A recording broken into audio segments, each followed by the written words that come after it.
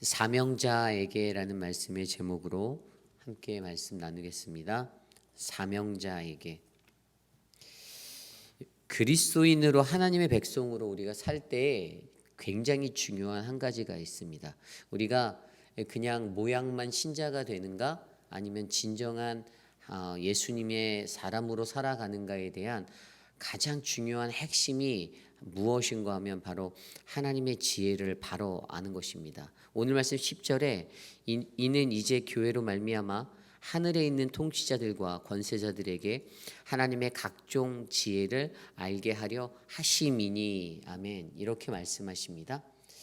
이 세상에 있는 사람들이 자기의 지혜로 살아가는 것이 아니라 하나님이 주시는 그 각종 하나님의 그 지혜를 알아야 합니다. 그때 우리는 하늘의 뜻이 무엇인지 분별할 수 있습니다. 우리가 이 땅에서 살면서 그냥 내가 가지고 있는 지식, 내 삶의 어떠한 경륜으로만 살아갈 때에는 하나님이 보여주시고자 하는 계시, 그분의 참된 비밀, 그것에 대한 지혜를 얻을 수가 없습니다.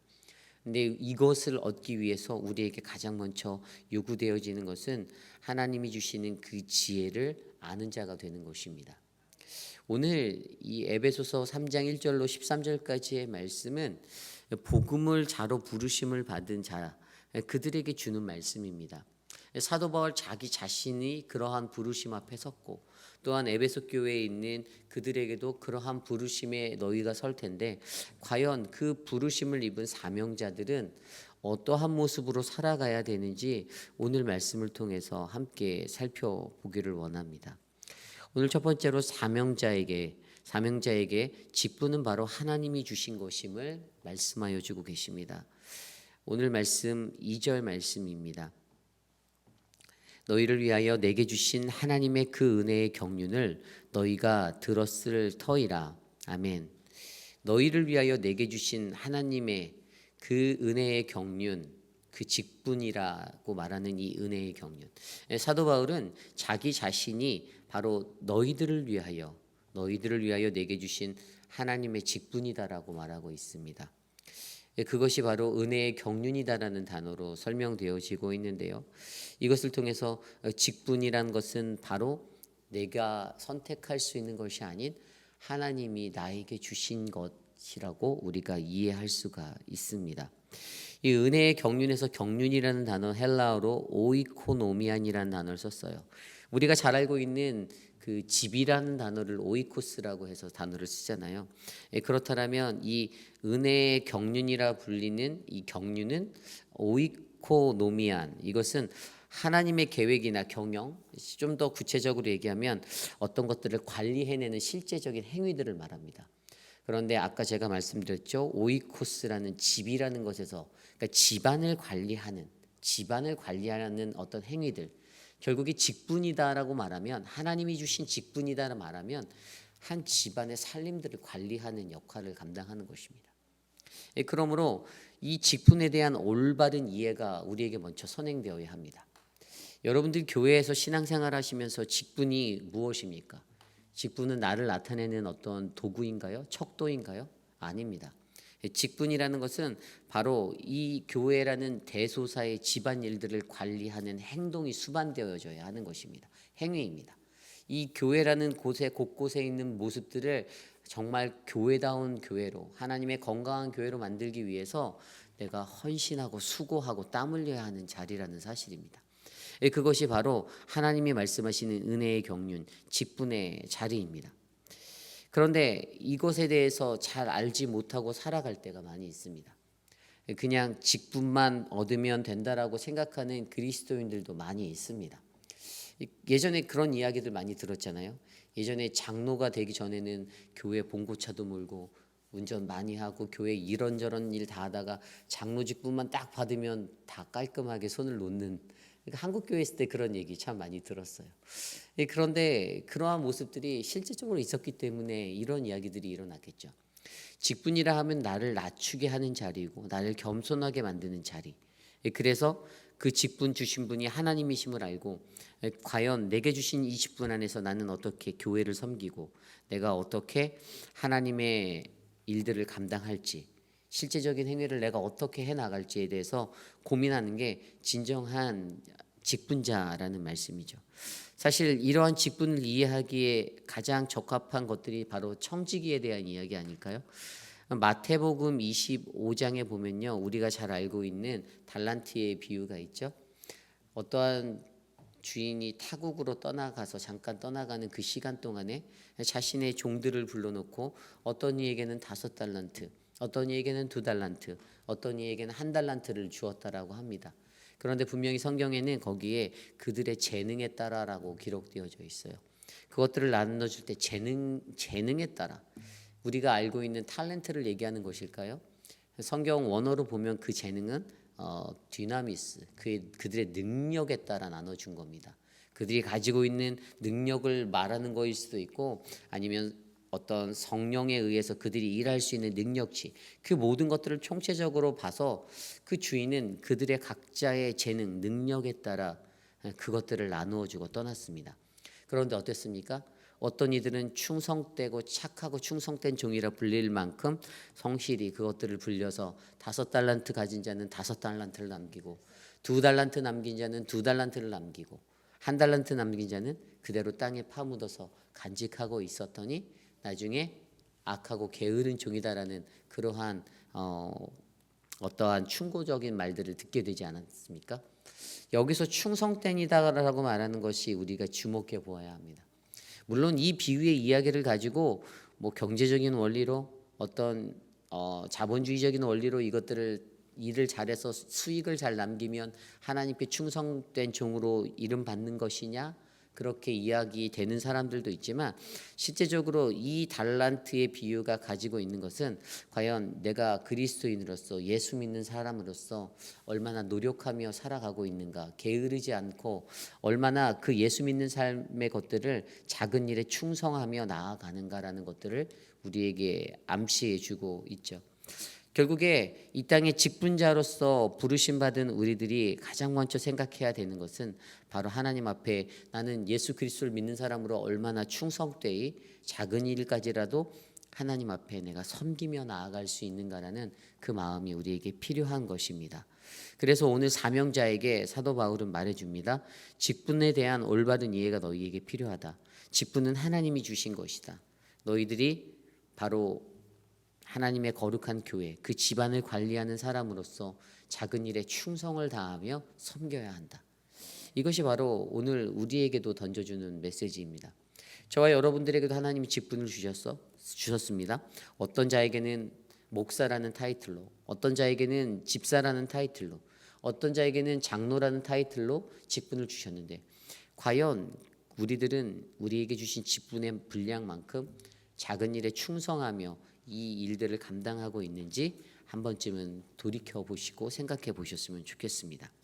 오늘 두 번째로 사명자에게 필요한 것은 바로 그리스도의 비밀을 깨달아 알아야 하고 그것을 드러내야 합니다. 오늘 말씀 3절과 4절 말씀에 이렇게 기록되어져 있어요. 곧 계시로 내게 비밀을 알게 하신 것은 내가 먼저 간단히 기록함과 같으니 그것을 읽으면 내가 그리스도의 비밀을 깨달은 것을 너희가 알 수 있으리라. 아멘. 사도 바울 그가 그렇게 말합니다. 하나님이 나에게 그 비밀을 계시를 통하여 알게 하여 주셨다. 하나님의 비밀을 그가 알 수 있었다라고 말합니다. 그리고 그것을 그가 기록한 것을 너희들이 읽으면, 너희들이 그것들을 읽을 때 내가 그리스도의 비밀을 어떻게 이해했는지 너희도 알게 될 것이다라고 그가 전해주고 있습니다. 그리스도의 비밀을 깨달아 아는 것이 중요합니다. 여러분, 그리스도의 비밀, 에베소서에서 사도 바울이 드러내고 있는 그 그리스도의 비밀은 무엇입니까? 그것은 하나님의 구원 계획의 경륜이에요. 그런데 이게 왜 그들에게 비밀스러운 것들이 된지 아십니까? 그들의 눈으로 이것을 바라보지 못했어요. 유대인들은 자기 스스로만 구원을 얻을 수 있다라는 착각에 빠져 살았습니다. 그래서 구원은 나의 것, 나만의 것, 우리 민족만의 것이다라고 생각했습니다. 그런데 하나님의 구원의 비밀은 모든 이방인들, 열방에게까지 다 포함되는 하나님의 구원 계획이었습니다. 그런데 그들에게 이것은 감추어진 보화와 같은 것이었습니다. 그들의 눈에는 이게 보이지 않았습니다. 예수님이 그렇게 얘기를 하고 다녀도 이 비밀을 풀어낼 수 있는 자들이 없었습니다. 그래서 이것을 비밀이다라고 얘기하는 것입니다. 감추어졌던 이 비밀과도 같은 것들, 그것들을 너희에게 알게 하겠다. 그래서 오늘 6절 말씀에 그 비밀이 드러나고 있지 않습니까? 이는 이방인들이 복음으로 말미암아 그리스도 예수 안에서 함께 상속자가 되고 함께 지체가 되고 함께 약속에 참여하는 자가 됨이라. 아멘. 이 비밀을 너희가 알아야 한다. 사명자들, 부르심을 입은 자들, 너희들은 직분자들, 너희들은 이 하나님의 비밀을 깨달아야 한다라고 설명합니다. 그리고 9절 말씀에 보면 그것에 대해서 드러내라라고 이야기하지 않습니까? 영원부터 만물을 창조하신 하나님 속에 감춰졌던 비밀의 경륜이 어떠한 것을 드러내게 하려 하심이라. 그 비밀의 경륜이 무엇인지를 사명자들 통해서 이 세상 가운데 드러내려고 한다는 것입니다. 그러므로 직분 맡은 여러분들, 직분 맡은 사명자들은 어떻게 사셔야 합니까? 이 비밀을 바로 깨닫고 여러분들이 세상 가운데서 전할 때에 이 복음은 만민을 향한, 나에게 제한되어져 있는 비밀이 아니라 나에게 감추어졌던 하나님의 그 말씀 안에 감추어졌던 이 비밀을 내가 올바로 바라보고 그것들을 깨달아서 세상 가운데서 그 비밀을 드러내며 복음을 전하셔야 합니다. 이것이 바로 우리들에게 요구되어지는 사명자의 모습이죠. 이 세상에 있는 사람들이 세상을 살아갈 때 나만의 구원이다라고 생각하면 그게 얼마나 이기적인 자리가 됩니까? 근데 유대인들은 그렇게 살았잖아요. 이방인들을 쳐다도 보지 않았습니다. 그들을 멸시하였습니다. 너희들은 구원을 절대로 얻을 수 없어라고 생각하고 판단하고 살았습니다. 그런데 하나님의 구원은 그들의 생각을 뛰어넘는 그러한 감추어진 비밀스러운 것이었다는 겁니다. 그런데 그렇게 자기중심적으로 살아가는 자들의 눈에는, 유대인들의 눈에는 절대로 그 비밀이 보이지 않았습니다. 아무리 본인들이 말씀을 딱 잡고 하루 종일 읊어대고 기도를 드리고 그렇게 형식적으로 맞춰 모든 제례를 다하고 살았다 한들 그들의 눈에는 이 비밀이 깨달을 수 없는 그러한 감추어진 비밀이 되었습니다. 그런데 오늘 하나님은 그들에게 이방인에게도 동일하게 함께의 삶을 누릴 수 있는 그 은혜를 주셔서 그들이 어떻게 해요? 공동 상속자가 된다라고, 예수 안에서 공동 상속자가 된다라고, 함께 한 몸이 되고 함께 약속을 가지게 되는 그러한 삶을 누리게 된다라고, 함께의 삶으로 그들을 세워 주셨다라고 선포하고 계십니다. 이것이 중요합니다. 그러므로 하나님의 복음이 전해지는 곳곳마다 차별이 있어서는 안 됩니다. 그 복음은 가난한 자, 눌린 자, 연약한 자, 또 부요한 자에게도 당연히 가겠지요. 그런 모든 것들이 동일하게 이루어지는 복음의 자리여야 합니다. 사명자들에게는 바로 이 복음에 대한 비밀을 깨달아 알고 드러낼 수 있는 그러한 것들이 있어야 됨을 오늘 우리에게 말씀해 주고 계십니다. 저와 여러분들에게도 이 복음의 능력이 나타나는 이 비밀을 깨달아서 이 복음이 드러나는 그러한 인생이 되기를 간절히 소망합니다.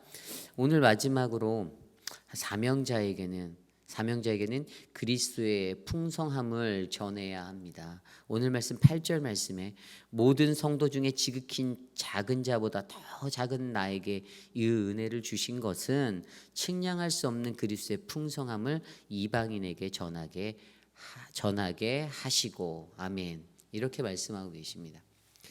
나라는 지극히 작은 자보다 더 작은 나에게, 정말 보잘것없는 나라는 한 사람에게 하나님이 직분 주신 것, 사명 주신 것, 그것은 바로 하나님의 그리스도의 풍성한 것을 이방인에게 전하게 하셨다라는 사실입니다.